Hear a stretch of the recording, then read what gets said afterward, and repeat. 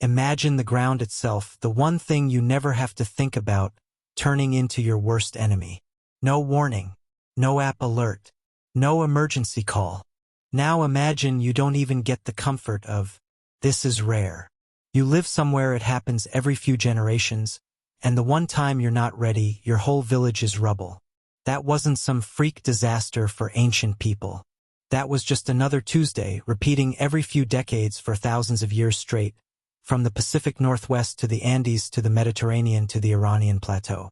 A single quake could flatten a settlement in under a minute, and some generations had never even heard about the last big one. So how did people with no scientific instruments, no emergency systems, and no written records manage to survive a shaking planet generation after generation? Let's start with the buildings themselves, because most people picture ancient homes as piles of stones stacked together and hoping for the best. That's not what was happening on the island of Crete. Minoan builders living near Akrotiri and Knossos were working on fault lines that shook constantly, so they came up with something clever. They laid wooden beams inside their stone walls, layer after layer, like a skeleton hidden inside the building. When the ground shook, the wall didn't just crack and fall. It swayed. The timber flexed, absorbed the shock, and let the stone settle back into place instead of crumbling. Picture standing inside one of these homes as the earth rolls underneath you, watching the walls bend slightly side to side, and somehow still standing when the shaking stops. This wasn't a primitive building. This was the first earthquake engineering, built thousands of years before anyone had a word for it. Buildings could only do so much. The real edge came from paying attention to something most of us ignore completely: the animals around them. For centuries, people living on fault lines noticed the same strange pattern. Hours before a quake hit, livestock would grow restless. Dogs would bark at nothing. Birds would scatter from trees for no clear reason. Picture a quiet evening, the sun going down, and suddenly every animal in the village turns uneasy at the exact same time. Cattle pace and refuse to settle. Chickens won't roost. People who lived close to their animals learned to treat this restlessness as a signal worth acting on, not just odd behavior to shrug off. Some researchers today think animals may sense subtle ground vibrations or gas releases that happen before a quake, signals far too small for a human body to notice. This wasn't superstition. This was a sensor network, they just didn't know it was one. Some of the most useful warnings didn't come from buildings or animals at all. They came from stories told around the fire. Along the Pacific Northwest coast, native communities passed down a legend about a giant thunderbird locked in battle with a whale. As they fought, the earth shook and rolled, and giant waves rose up and swallowed the shore. For a long time, outsiders treated this as just a colorful myth.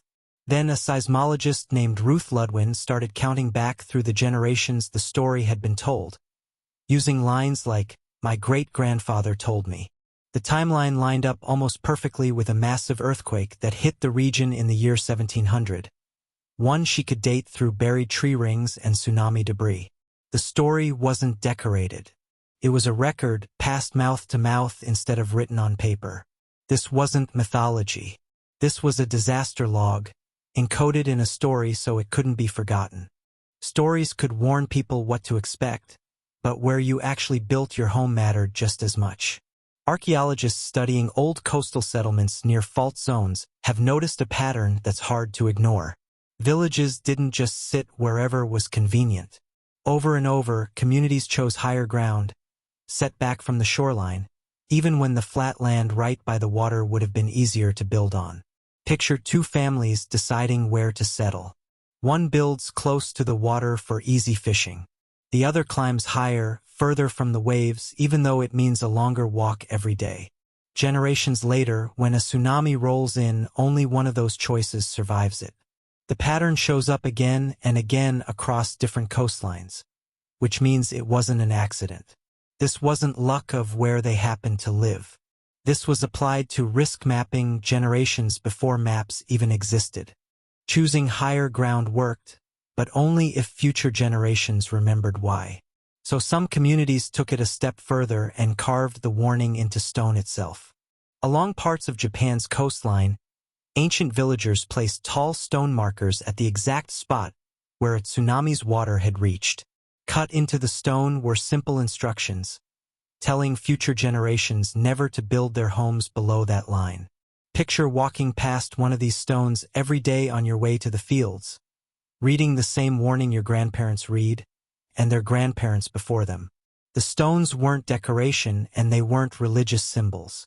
They were placed with a single practical purpose: to outlast memory itself, since stories can fade or get changed in the retelling, but stone does not.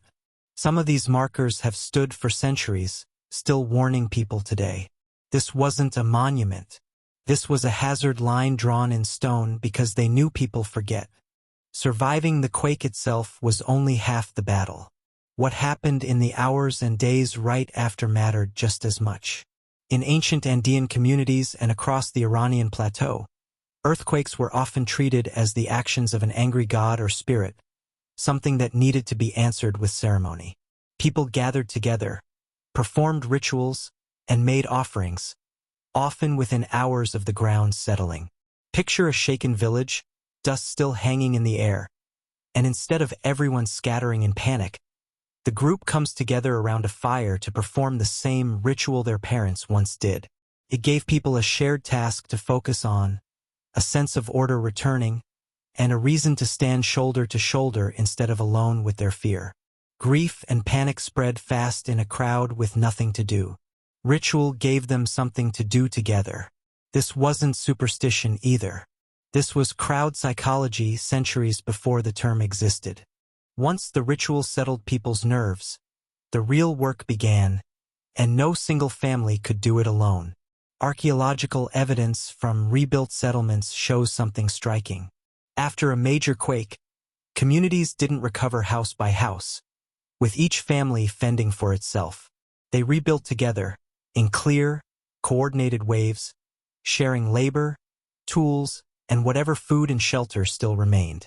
Picture a family who lost everything: their home flattened, their stored food buried under rubble. Within days, neighbors are clearing the debris alongside them, sharing meals, and helping raise new walls side by side. Nobody waited for things to sort themselves out. The fastest way back to safety was pooling what little was left and rebuilding as one unit instead of many separate ones. This pattern shows up again and again wherever quakes were common, which means it wasn't random kindness. This wasn't charity. This was infrastructure just built out of people instead of stone. Rebuilding solved the short term, but the bigger problem was time itself. Quakes could skip a generation or two, long enough for the lesson to fade if nobody kept track.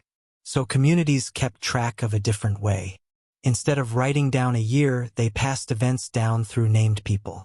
A story would start with "my great-grandfather told me," then get handed to the next child and the next, each one adding their own link to the chain.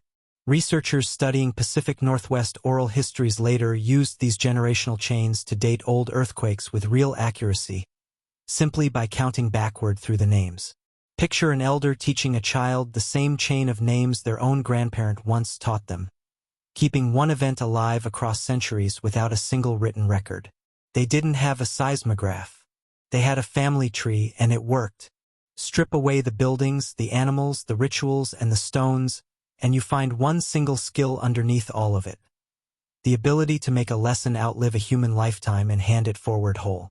That's the same trick that turned a story about a thunderbird fighting a whale into a seismic record accurate to the century. We traded all of that for an app that buzzes 10 seconds before the shaking starts. Still, to be fair, that's a pretty good upgrade.